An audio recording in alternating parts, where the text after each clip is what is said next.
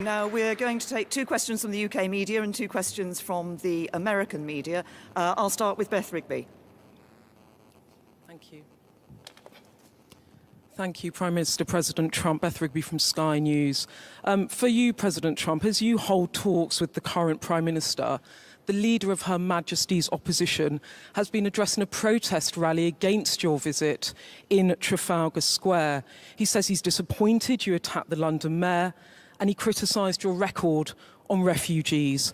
What do you have to say to him? And is this man someone you could do a trade deal with? And to you, Prime Minister, do you think that Sadiq Khan is a stone-cold loser? Thank you. You're talking about the Mayor of London. Is that who you said? Yes? Well, I think he's been a not very good mayor, from what I understand. He's done a poor job. Crime is up, a lot of problems.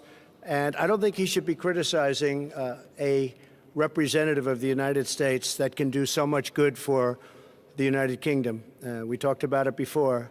He should be positive, not negative. He's a negative force, not a positive force. And if you look at what he said, he hurts the people of this great country.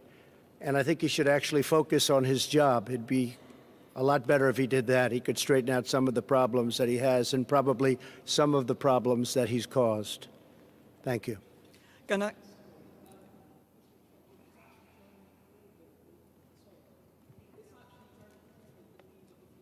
Sure, yes. He wanted to meet with me, and I told him no.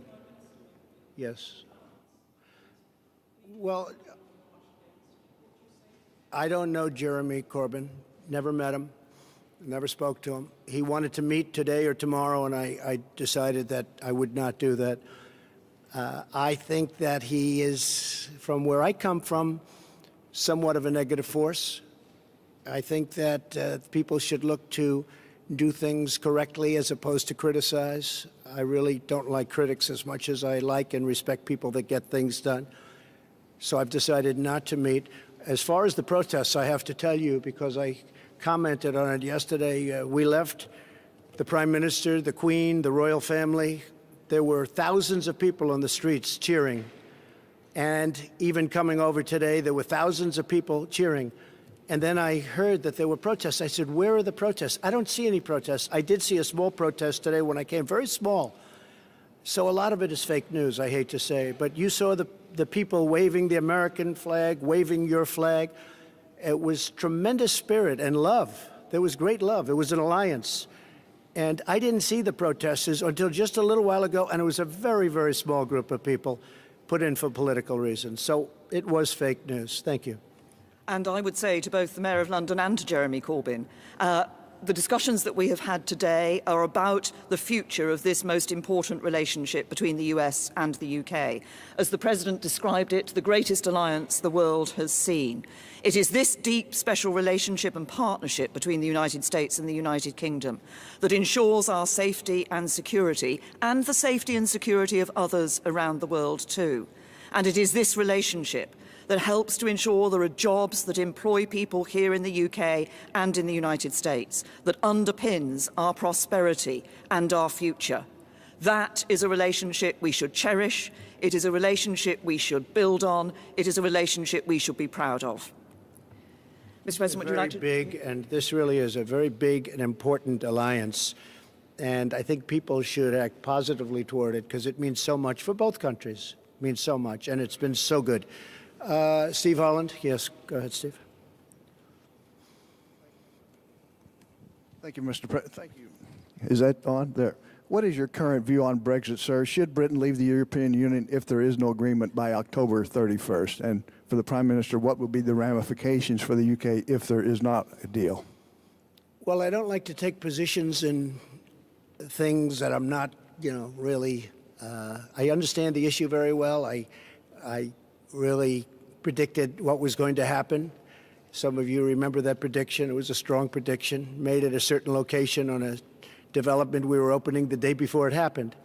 And I thought it was going to happen because of immigration more than anything else, but probably it happens for a lot of reasons. But I would say, yeah, I would think that it will happen, and it probably should happen. This is a great, great country, and it wants its own identity. It wants to have its own borders.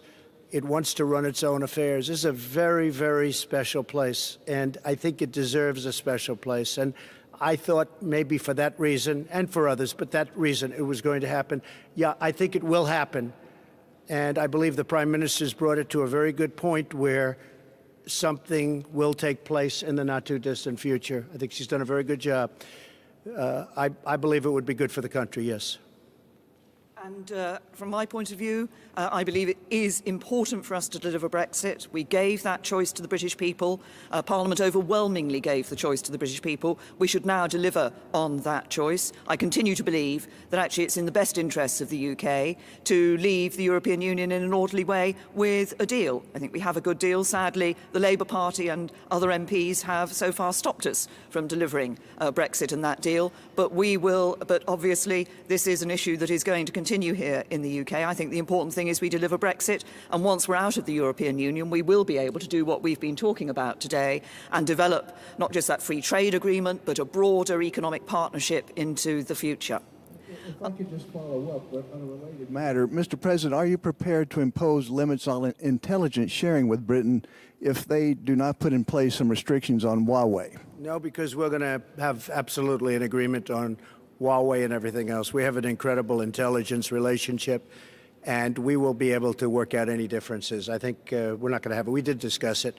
I see absolutely no limitations. We've never had limitations. This is a truly great ally and partner, and we'll have no problem with that. Okay? Francis. Mr. President, Francis Elliott from The Times. Do you agree with your ambassador that the entire economy needs to be on the table in a future trade talk, a trade deal, including the NHS? And Prime Minister, are you tempted to take the Prime Minister President up at his word and stick around for a bit until the trade deal is done? I think we're going to have a great trade deal, yes. I think we're going to have a great and very comprehensive trade deal.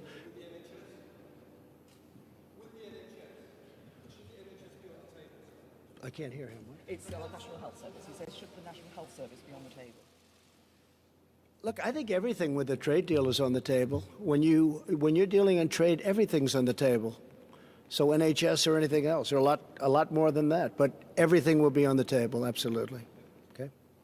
But the point about making trade deals is, of course, that both sides negotiate and come to an agreement about what should or should not be in that trade deal for the future. And as regards your second question, Francis, nice try, but no. Look, I'm a woman of my word. Mr. President, would you like to? John, please.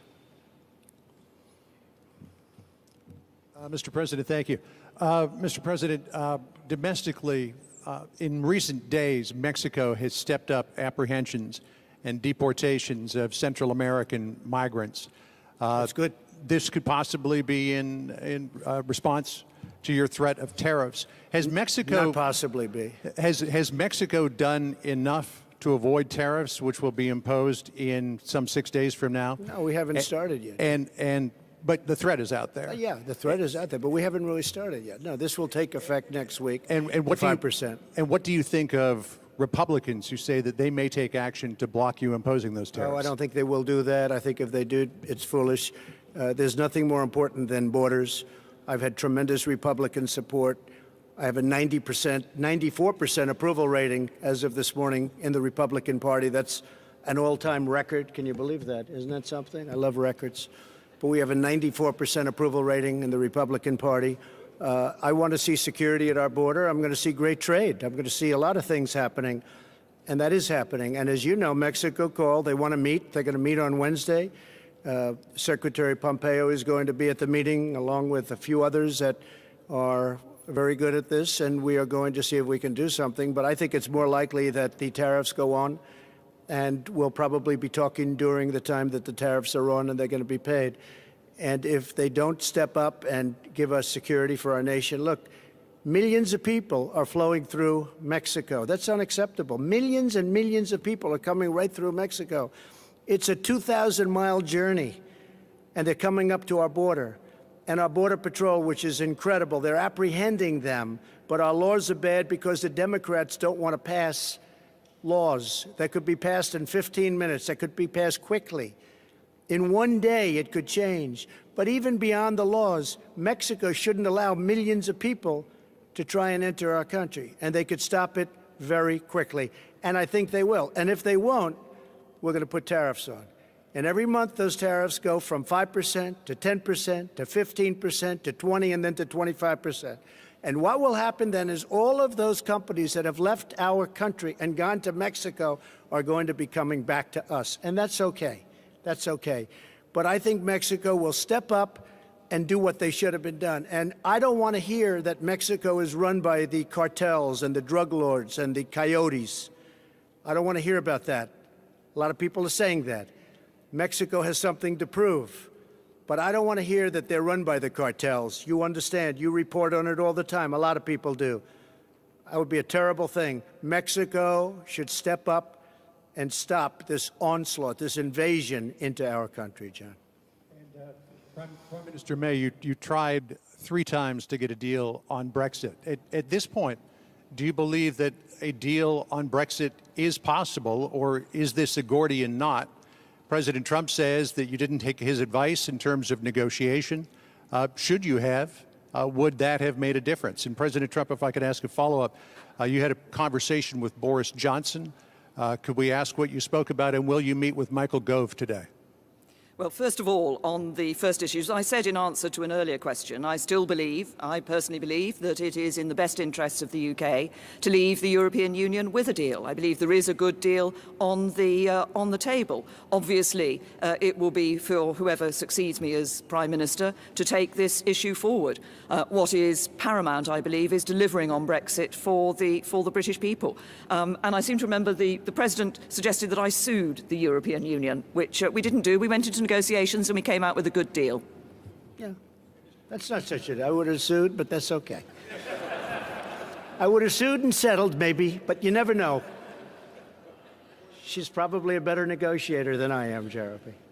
But you know what? She has got it, in a sense, John. That deal is teed up. I think that deal is really teed up. I think they have to do something, and perhaps you won't be given the credit that you deserve if they do something, but I think you deserve a lot of credit. I really do. I think you deserve a lot of credit. Okay? Yes, John? So I know Boris. I like him. I've liked him for a long time. I think he'd do a very good job. I know Jeremy. I think he'd do a very good job. I don't know Michael. But would he do a good job, Jeremy? Tell me.